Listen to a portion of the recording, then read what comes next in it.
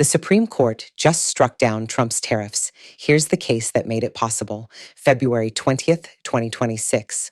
The Supreme Court just struck down sweeping tariffs imposed by President Trump. The vote was 6-3. Chief Justice Roberts wrote the opinion.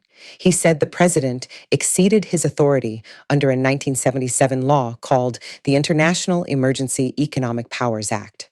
But this ruling didn't come out of nowhere. It's built on a legal doctrine that's been growing for years. And it all goes back to a case about vaccine mandates. Biden administration tried to require vaccines or testing for large employers through OSHA. The Supreme Court blocked it. They used something called the major questions doctrine.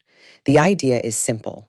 If a federal agency wants to make a decision with massive economic or political significance, Congress has to give clear authorization.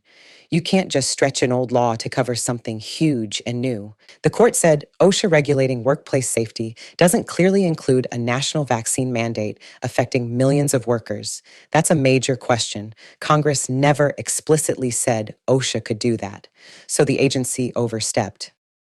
Now, fast forward to 2026. President Trump used the 1977 Emergency Powers Law to impose tariffs. The law gives the president power to regulate international transactions during a national emergency. But here's the problem. The law never specifically mentions tariffs, and tariffs affect the entire economy. Billions of dollars. Every American consumer.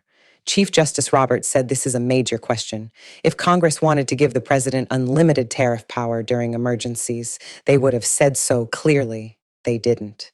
So the tariffs are struck down. 3 justices dissented. They said the president has broad power during emergencies, but the majority said no. Major economic decisions require clear congressional authorization. You can't just assume the power is there. This is the major questions doctrine in action.